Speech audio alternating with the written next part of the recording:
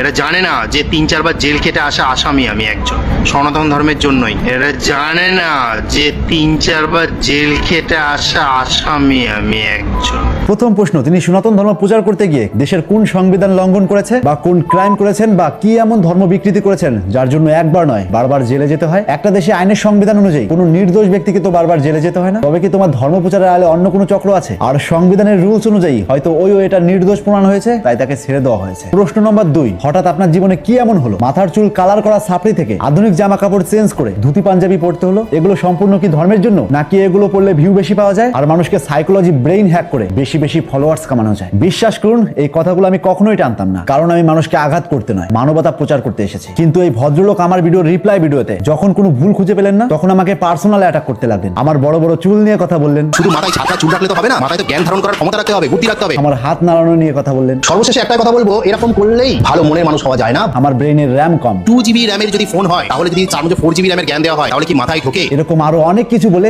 আমাকে রীতিমতো ক্রিটিসাইজ করতে লাগলেন। আরে ভাই, এসব বলে আমাকে ছোট করতে হবে না। আমি সবসময় নিজেকে ছোটই ভাবি, আপনার মতো কখনো নিজেকে বড় ভাবি না। কারণ মরুভূমির উট যখন তার নিজের ছায়া অনেক বড় দেখতে পায়, তার মানে তারা বুঝে নেয় সূর্য অস্ত যাওয়ার সময় হয়ে গেছে। আমি আমার কোনো ভিডিওতে বলি না আমি মহাপণ্ডিত, আমি মহাজ্ঞানী, কিংবা আমি সমস্ত কিছু সম্পর্কে অবগত। আমি আমার ক্ষুদ্র মস্তিষ্ক দিয়ে যতটুকু জেনেছি তা দিয়ে আমি সত্যটাকেই প্রকাশ করার চেষ্টা করি। মহাপণ্ডিত হয়ে দুধের সঙ্গে জল মিশিয়ে নকল ঘোল বানিয়ে খাওয়াই না। এবার আসি মূল ভিডিওতে। চলুন ভিডিও শুরু করি একটা ছোট্ট গল্প দিয়ে। এক রাজ্যে কিছু অত্যাচারী ব্রাহ্মণ ছিল, যারা নিজের মতো করে ধর্মটাকে বিকৃতি করে মানুষের কাছে উপস্থাপনা করত। আর ওই রাজ্যের প্রত্যেকটা সাধারণ মানুষ ছিল মূর্খ এবং অশিক্ষিত, এবং ধর্মের আসল সত্যতা সম্পর্কে কিঞ্চিত পরিমাণে ধারণা ছিল না। তাই তারা ধর্মটাকে যাচাই বাছাই না করে মুখ বুঝে সবকিছু মেনে নিত। একটা সময় পর রাজ্যের সমস্ত সাধারণ মানুষ আস্তে আস্তে শিক্ষিত হতে লাগলো এবং ধর্মের আসল সত্যতা সম্পর্কে জানতে শুরু করলো। যখন রাজ্যের সমস্ত সাধারণ মানুষ সমস্ত সত্য জানতে পারলো এবং ওই রাজ্যের অত্যাচারী ব্রাহ্মণদের মিথ্যে ধরা পড়ে গেল, তখন তারা বুঝতে পারলো এতদিন এই অত্যাচারী ব্রাহ্মণরা এতদিন তারা ভুলভাল বুঝিয়ে ধর্মটাকে বিকৃতি করে নিজের মতো করে উপস্থাপনা করেছে। তাই ওই সমস্ত অত্যাচারী ব্রাহ্মণদের পায়ে দড়ি বেঁধে গাছের ডালে উল্টো করে ঝুলায়, আর এমন পিটনটাই পিটায় দ্বিতীয়বার কোনো অত্যাচারী ব্রাহ্মণ ধর্মটাকে বিকৃতি করার সাহস পায় না। ঠিক আমাদের সমাজেও কিছু মূর্খ নিজেকে জ্ঞানী ভাবা লোক রয়েছে, যারা রীতিমতো মানুষকে ভুলভাল বুঝিয়ে মানুষের কাছ থেকে ভিউয়ার্স কামাচ্ছে। ঠিক এমনটাই করেছিল আমাদের দেশের রাম রহিম নামের এক ব্যক্তি। তিনি খুবই ধর্ম প্রচার করত, কিন্তু দিন শেষে ক্রিমিনাল প্রমাণ হওয়ার পর আজ জেলের ভাত খাচ্ছে। আর অন্যদিকে স্যার ভগৎ সিং একজন নাস্তিক হওয়া সত্ত্বেও আমরা আজীবন তার কথা মনে রেখেছি। এই গল্প বলার একটাই কারণ, ধুতি পাঞ্জাবি আর তিলক পরলেই যে সে সত্যিকারের সনাতনী, আর আমরা যারা শার্ট প্যান্ট পরে ধর্মের আসল সত্যটা বলি আমরাই নাকি সনাতন বিরোধী। আমি ইন্দ্রদার যে ভিডিওতে কমেন্ট করেছিলাম সেই ভিডিওর এই অংশ ভালো করে শুনুন। মানে উদাহরণ দিয়ে যুক্তি দিয়ে যদি আমি বুঝি,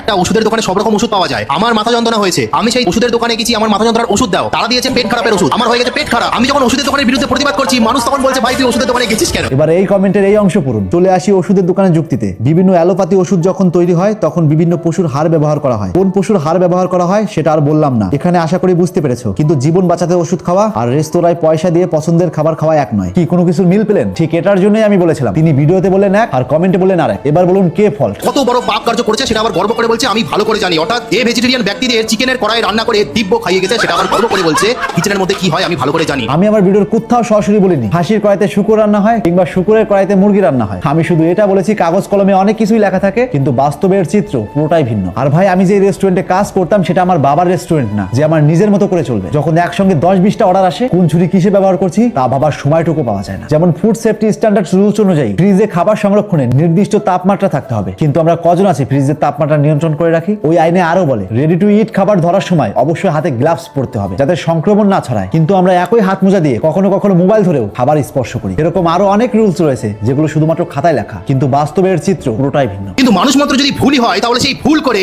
সেই ওয়েটার এবং সেই ম্যানেজার দাঁত কেলিয়ে তাদের সামনে এরকম ভাবে হাসতো না। তিনি ইনডাইরেক্টলি বলেন তারা যদি দোষী না করবে তাহলে ওয়েটার এবং ম্যানেজার কেন হাসলো? আরে ভাই, শায়ক ওখানে যেই কর্মকাণ্ড করেছিল যে ব্যক্তি কোনোদিন হাসিনি সেই ব্যক্তিও হেসে ফেলতো। মানে আপনার মতো একজন মহাজ্ঞানী মানুষ এখন এই ছোটখাটো কারণ নিয়ে পড়ে আছেন। আরে ভাই, শায়ক যখন বারবার বলছিল আমি ব্রাহ্মণ, আমাকে কেন গরুর মাংস খাওয়ানো হলো? তিনি যে ব্রাহ্মণ হয়ে মাংস খাচ্ছেন এটা চোখে পড়ছে না? আরে ভাই, কি করে চোখে পড়বে? ধর্ম তো আপনাকে টিনের চশমা পরিয়ে রেখেছে। আমার 2GB র্যামের মস্তিষ্ক দিয়ে আপনাকে একটু জ্ঞান দিয়ে বোঝানোর চেষ্টা করি। এত বড় একটা রেস্টুরেন্ট ইচ্ছাকৃত ভুল করে তারা কি চাইবে তাদের রেস্টুরেন্টের লাইসেন্স ব্যান্ড হয়ে যাক এবং রেস্টুরেন্টের তালায় সিল পড়ুক বা রেস্টুরেন্ট বন্ধ হয়ে যাক? আপনি এত বড় মহাজ্ঞানী হওয়া সত্ত্বেও এইটুকু কমন সেন্স মাথার ভিতরে ঢুকছে না? নাকি ভেবে নিয়েছেন তাল গাছ ওটা আমার, এবার তুমি কি বিচার করবে করো? এখানে ব্রাহ্মণের বাচ্চা গেছে কেন? এটা ভাই কি ভাষা? কোথা থেকে শিখেছো? ছোটবেলা থেকে এই শিক্ষা পেয়েছো? আমি আমার ভিডিওতে ব্রাহ্মণের বাচ্চা বলেছি, সেই শব্দ এই ভদ্রলোকের লোকের কাছে মনে হয়েছে খুব বাজে শব্দ এবং অশ্লীল শব্দ। এমনকি তিনি আমার ফ্যামিলির শিক্ষা সম্পর্কে কথা তুলেছেন। আরে ভাই, যখন তোমার সন্তান সম্পর্কে কেউ জিজ্ঞেস করেন তখন আমরা অধিকাংশ মানুষ বলি তোমার কটা বাচ্চা, কিংবা শুকর জন্ম দিলে শুকুরের বাচ্চা, গরু জন্ম দিলে গরুর বাচ্চা, কুকুর জন্ম দিলে কুকুরের বাচ্চা হতে পারে, আর মানুষ জন্ম দিলে সেটাকে মানুষের বাচ্চা বলা অপরাধ। আপনি এত মহাজ্ঞানী হয়েও আপনার কমন সেন্স এত দুর্বল। তবে হ্যাঁ, কথাটা আমি রেগেই বলেছিলাম, কিন্তু সেই ভাষা কোনো প্রকারের অশ্লীল বা নোংরা ছিল না। আর ধুতি পাঞ্জাবির কথা কোন প্রসঙ্গে বলেছিলাম সেটা কেন পুরো বললেন না? আপনারাই ভালো করে শুনুন। তো ইন্দ্রদার উদ্দেশ্যে একটা কথাই বলতে চাই, ধুতি পাঞ্জাবি তিলক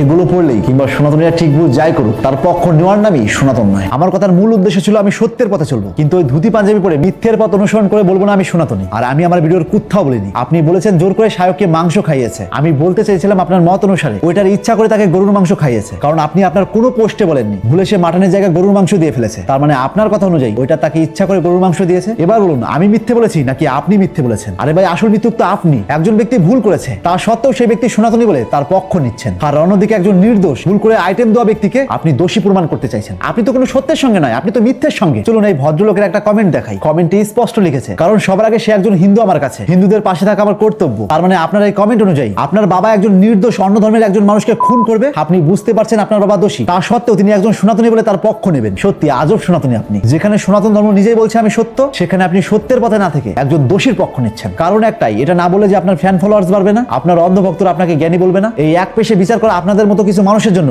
আজকে আমাদের সনাতন ধর্মের এই অবস্থা। আপনাদের মতো মানুষেরাই সর্বদাই মানুষের মধ্যে বিভেদ সৃষ্টি করে। আরে ভাই, আমরাও ধর্ম নিয়ে কথা বলি, কিন্তু আমাদের প্রত্যেকটা ভিডিও শেষে একটা কথাই থাকে, মানবতা। আমরা আমাদের ভিডিওর মাধ্যমে বোঝাতে চাই মানুষের একটাই লক্ষ্য, মুখ খোলা। আমরা প্রতিনিয়ত আমাদের ভিডিওর মাধ্যমে বোঝাতে চাই প্রত্যেকটা ধর্মের মানুষ মিলেমিশে বসবাস করুক, জাতি ধর্ম নির্বিশেষে আমরা সবাই মানুষ। আমাদের সমস্ত ভুল ভ্রান্তি দূর করে সমস্ত ধর্মের মানুষ মিলেমিশে বসবাস করা উচিত। অথচ আপনাদের মতো কিছু মানুষ মানবতা ভুলে গিয়ে ধর্মের মধ্যে আগুন লাগিয়ে বেড়ান। আর এই ভিডিও এখানেই শেষ করছি। আর সবশেষে একটা কথাই বলতে চাই, এই কন্ট্রোভার্সি আর আমি চাই না, আর এর সম্পর্কে আর কোনো ভিডিও বানাবো না, এখানেই এন্ড করলাম। আর ইন্দ্রদা 1.7 মিলিয়ন ফলোয়ার্স বানিয়ে নিজেকে অনেক বড় জ্ঞানী ভেবে আমাদের মতো ছোট কন্টেন্ট ক্রিয়েটরদের অবহেলা করুন। মনে রেখো, অহংকারী পতনের মূল। আর একটা কথা সবসময় মনে রাখবে, সময় সবার একরকম যায় না, কারণ পৃথিবীর শ্রেষ্ঠ জবাব দেয় মানুষ নয় সময়। আর ভিডিওতে আমার ভুল হতেই পারে, কারণ আমি মানুষ, কোনো ঈশ্বর না। বন্ধুরা, আপনারা কি জানেন শায়ক কোনো দোষ করেনি? তাহলে আসল ঘটনা শুনুন। এরকম মিম লাগিয়ে আমরাও ফানি কন্টেন্ট বানাতে পারি। তোমার পরিবার না শিখালো, আমার পরিবার শিখিয়েছে। কারো কোনো কিছু নিয়ে ব্যঙ্গ করো না, এটা আমার ফ্যামিলির শিক্ষা। আর যদি সত্যি কমেডিয়ান করতে মন চায় তাহলে এইসব পথ বাদ দিয়ে কমেডিয়ান পেজ খুলুন। তাই আজ থেকে চোখ খুলুন আর সত্যের পথে থাকুন। দেরি হলেও জয় কিন্তু সত্যেরই হয়।